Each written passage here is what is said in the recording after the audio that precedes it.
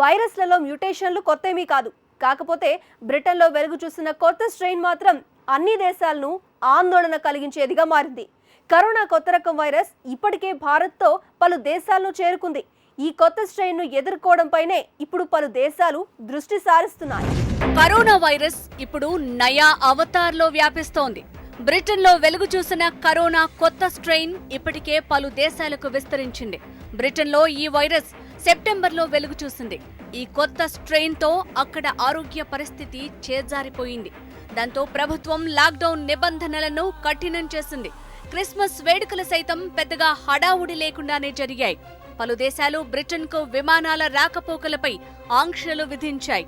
France, Germany, Italy, Canada, Denmark, Sweden, Spain, Switzerland, Japan, Lebanon, Netherlands, Singapore, Australia, దక్షిణాఫ్రికా, Nigeria ఇలా పలు దేశాలకు corona కొత్త స్ట్రెయిన్ వ్యాపించింది.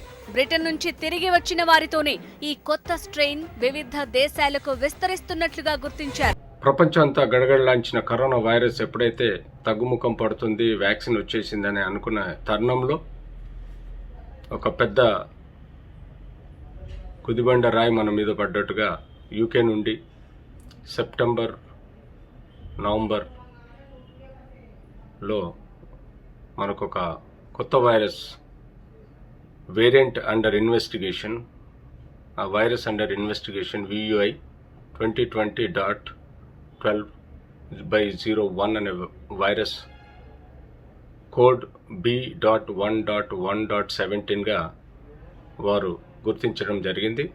తద్వారా అది ఇతరత్ర దేశాలకు వ్యాప్తి చెందే భయాందోళనకు లోనైన ప్రజలందరూ ఆయా కంట్రీలోని ఇంటర్నేషనల్ ఫ్లైట్స్ను క్యాన్సిల్ చేయడం జరిగింది. ఈ వైరస్లో ముఖ్య క్యారెక్టర్ ఏంటంటే అందులో ప్రోటీన్ స్పైక్ ఏదైతుందో క్రౌన్ వైరస్ పైన అది డిఫరెంట్గా పొడుగ్గా వెడల్పుగా ఉండడం, తద్వారా 1:6 కరోనా వైరస్ స్ప్రెడ్ అయ్యేది. ఇది 1:10-12 రేషియోలో 70% ఎక్కువగా ట్రాన్స్మిట్ చేస్తున్నట్టుగా భావించడం యూకే సైంటిఫిక్ స్టడీస్ చెప్తున్నాయి. జర్మనీలో ఈ కొత్త స్ట్రెయిన్ ను డిసెంబర్ 20 నాడు గుర్తించారు. ఫ్రాన్స్ లో క్రిస్మస్ నాడే ఈ కొత్త స్ట్రెయిన్ మొదటి కేసు నమోదైంది. ఇటలీలో సైతం గత వారమే ఈ స్ట్రెయిన్ బయటపడింది. కెనడాలో మాత్రం ఎలాంటి ప్రయాణాలు చేయని జంటలు కూడా ఈ స్ట్రెయిన్ ని గుర్తించారు. హై రిస్క్ కాంటాక్ట్స్ కూడా లేకుండానే వారిలో కొత్త స్ట్రెయిన్ కనిపించడం ఆందోళన కలిగించేదిగా మారింది. డెన్మార్క్ లో ఇప్పటికే 9 కేసులు వెలుగులోకి వచ్చాయి. స్వీడన్ లో గత వారమే ఒక కొత్త కేసు నమోదైంది. కొత్త స్ట్రెయిన్ కి సంబంధించి స్పెయిన్ లో 4 కేసులను గుర్తించారు. స్విట్జర్లాండ్ లో 3 కేసులు నమోదయ్యాయి. జపాన్ లో గత వారం 5 కేసులను గుర్తించారు. లెబనాన్, నెదర్లాండ్స్, సింగపూర్లలో ఒక్కో కేసు నమోదైంది. ఆస్ట్రేలియా, దక్షిణాఫ్రికా, నైజీరియాలో 2 ఉదంతాలు వెలుగు చూశాయి. ప్రస్తుతానికి వివిధ దేశాల్లో నమోదైన కేసులు ఒక్కో చోట 10 లోపుగానే ఉన్నప్పటికీ మరిన్ని కేసులు కూడా బయటపడొచ్చన్న ఆందోళన నెలకొంది.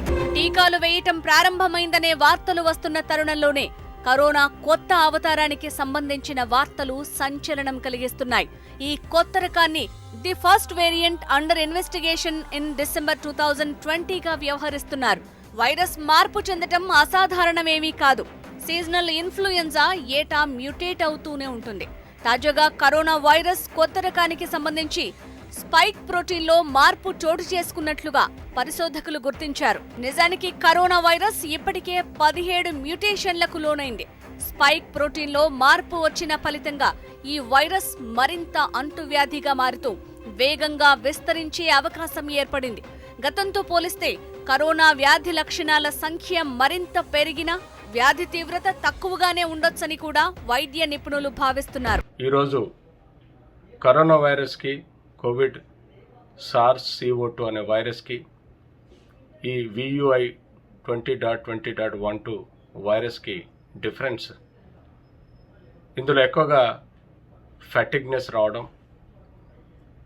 ఆకలి తగ్గిపోవడం, తలనొప్పి రావడం, లూజ్ మోషన్స్, డైరియా లాంటివి, అలాగే కన్ఫ్యూజన్, మెంటల్గా కన్ఫ్యూజ్ అవడం, అలాగే కండరాల నొప్పి, మజిల్ పెయిన్స్ లాంటివి కొత్త సిమ్టమ్స్ కూడా కనుగొనడం జరుగుతుంది. ఈవెన్ దో ఈ 70% ట్రాన్స్మిషన్ రేట్ ఎక్కువ ఉన్నా కోవిడ్ కన్నా మించి సీరియస్ కండిషన్స్ ఇప్పటివరకు ఏవి తేల్చలేదు. ఇంకా ఇది అండర్ స్టడీలో ఉంది. దేశంలో కరోనా కేసులు ముందెన్నడూ లేనంత తగ్గు స్థాయిలో నమోదవుతున్నాయి. మరోవైపున టీకాలు వేసేందుకు సన్నాహాలు చేస్తున్నారు. అదే సందర్భంలో కొత్త స్ట్రెయిన్ వెలుగులోకి రావడం ఆంగ్ల సంవత్సరాది వేడుకలు కొత్త భయాలను రేకెత్తిస్తున్నాయి. దేశంలో రోజువారీగా నమోదవుతున్న కరోనా కేసులు గత 187 రోజుల్లో ఎన్నడూ లేనంత తగ్గు స్థాయిలో ఉన్నాయి. రోజుకు 16,500కు మించటం లేదు. చికిత్స పొందుతున్న మొత్తం రోగుల సంఖ్య 2,68,000గా ఉంది. ఇక వ్యాక్సినేషన్ కు సంబంధించి రెండో రోజు దేశవ్యాప్తంగా 7 ప్రాంతాల్లో నిర్వహించిన డ్రై రన్లు విజయవంతమయ్యాయి. ఇలాంటి మంచి వార్తలు వస్తున్న తరుణంలో కరోనా కొత్త స్ట్రెయిన్ వార్తలు మాత్రం ఆందోళన కలిగించేవిగా మారాయి. కొత్త స్ట్రెయిన్ కు సైతం ప్రస్తుత టీకాలు పనిచేస్తాయా, పని చెయ్యవా అనే కొత్త సందేహాలు మొదలయ్యాయి. ఆ సందేహాలు తీరాలంటే మరికొన్ని వారాల పాటు వేచి ఉండాల్సిందే. ఎంత వ్యాక్సిన్ వచ్చినా ఈ కొత్త స్ట్రెయిన్కు పని చేస్తుందా లేదా అనేది కూడా ఇంకా సైంటిఫిక్ స్టడీలో ఉన్నాం. రాకపోతే ఈ వచ్చిన వ్యాక్సిన్ పనిచేయకపోతే కొత్త స్ట్రెయిన్ ప్రకారం వ్యాక్సిన్ తయారు చేయాల్సి వస్తుంది. కాబట్టి మనమంతా జాగ్రత్తగా ఉంటూ ఈ పండుగలకు దూరంగా జాగ్రత్తగా ఉంటూ మనల్ని మనం కాపాడుకోవాల్సిన అవసరం ఉంది. స్ట్రెయిన్ యొక్క కొత్త లక్షణాలు యథావిధిగా ఉన్నా ఇప్పటి వరకు 7 కేసులు ఇండియాలో రికగ్నైజ్ చేయడం, కొత్త స్ట్రెయిన్కు సంబంధించిన కేసెస్ రికగ్నైజ్ చేయడం జరిగింది. అందులో almost 4 cases asymptomatic, 3 cases mild symptoms తోటి ఉన్నట్టుగా తెలియడం జరిగింది. సీరియస్ అడ్మిషన్స్ ఏం లేవు. అన్నీ క్వారంటైన్ ఐసోలేట్ అయ్యి బేసిక్ ట్రీట్మెంట్తో అండర్గోయింగ్లో ఉన్నారు. ఈ పండుగ సీజన్లో, ఈ న్యూ ఇయర్ సీజన్లో మనమంతా జాగ్రత్తగా ఉంటూ యాంటీ కోవిడ్ మేనరిజమ్స్ పాటిస్తూ మనల్ని మనం కాపాడుకోవాల్సిన అవసరం ఉంది. వ్యాక్సిన్ ఏది ఇప్పుడు దాకా మాకు త్రూ అవుట్ కంట్రీలో, త్రూ అవుట్ ది వరల్డ్లో ఏది చేశారో కొత్త స్ట్రెయిన్కి పనిచేస్తుందా లేదా? Normally most of the vaccinations ఏది ఉన్నదో ఆ వ్యాక్సినేషన్స్ నార్మలీ ఏంటవుతుందంటే స్పైక్ ప్రోటీన్కి టార్గెట్ చేసి వ్యాక్సినేషన్ చేశారు. ఇప్పుడు మ్యూటేషన్స్ ఏది అయ్యిందో, న్యూ స్ట్రెయిన్స్ ఏది వచ్చిందో మెయిన్లీ ఆ స్పైక్ ప్రోటీన్కే మ్యూటేషన్ అయింది.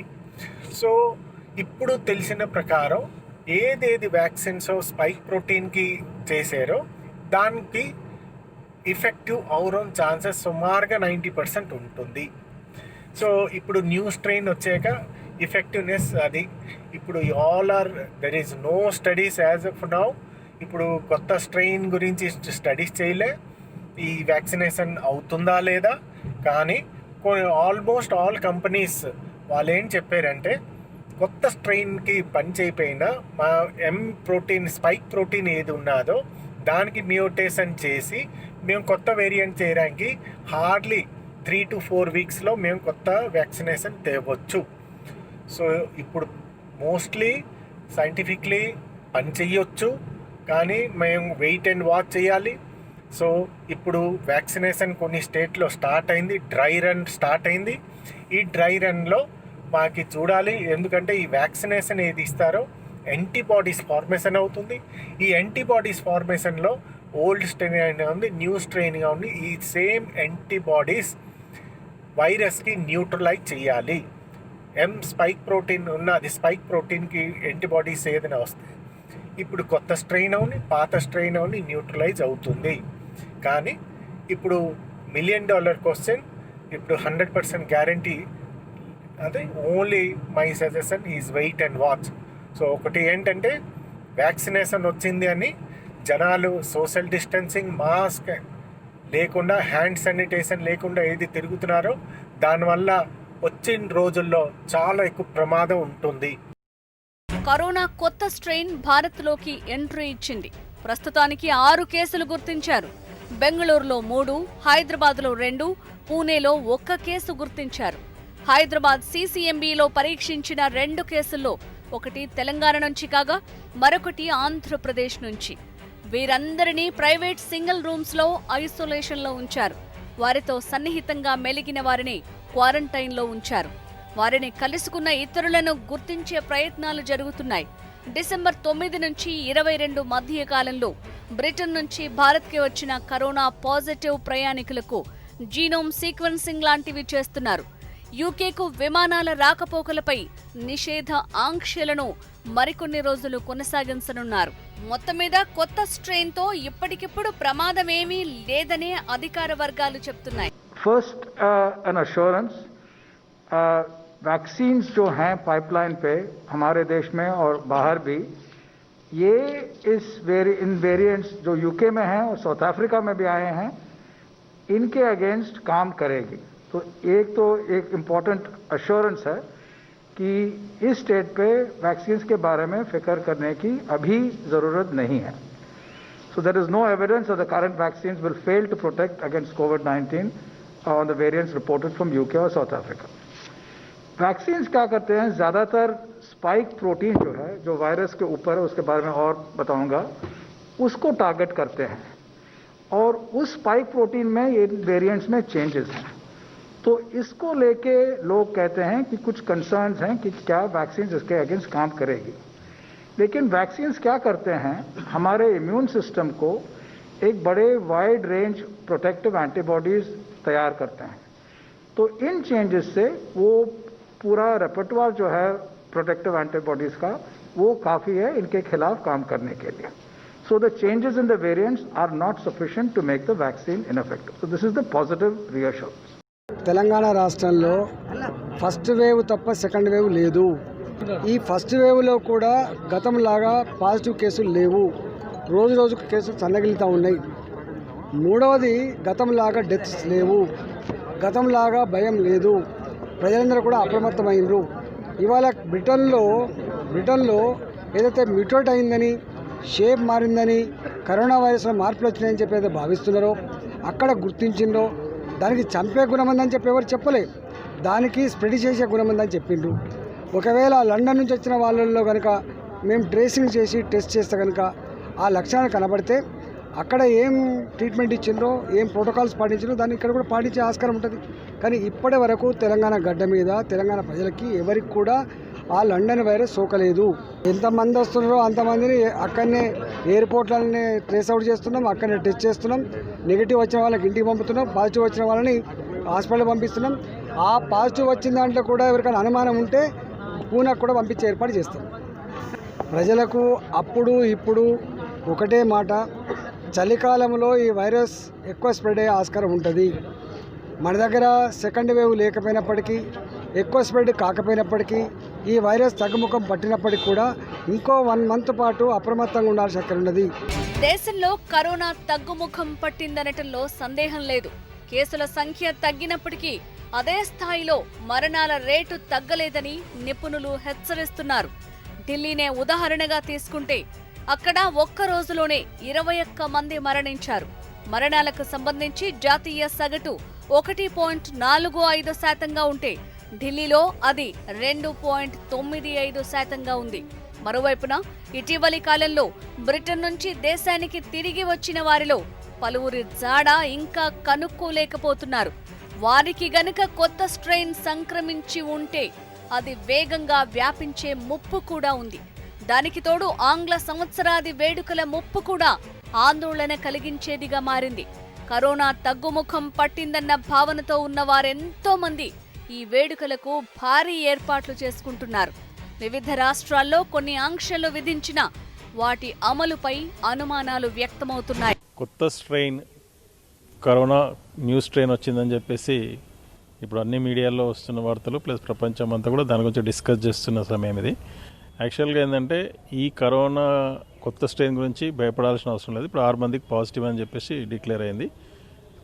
ఇక్కడ పాత కోవిడ్-19కు దీనికి తేడా ఏంటంటే వ్యాధి తీవ్రత లక్షణాలు అంతగా లేవు, కానీ ర్యాపిడ్ అంటే స్పీడ్ ఆఫ్ స్ప్రెడింగ్ అంటే ఎక్కువ వ్యాప్తి అంటే 70% దానికంటే ఆ వైరస్ కంటే కోవిడ్-19 కంటే ఫాస్ట్గా స్ప్రెడ్ అయ్యే అవకాశం ఉంది.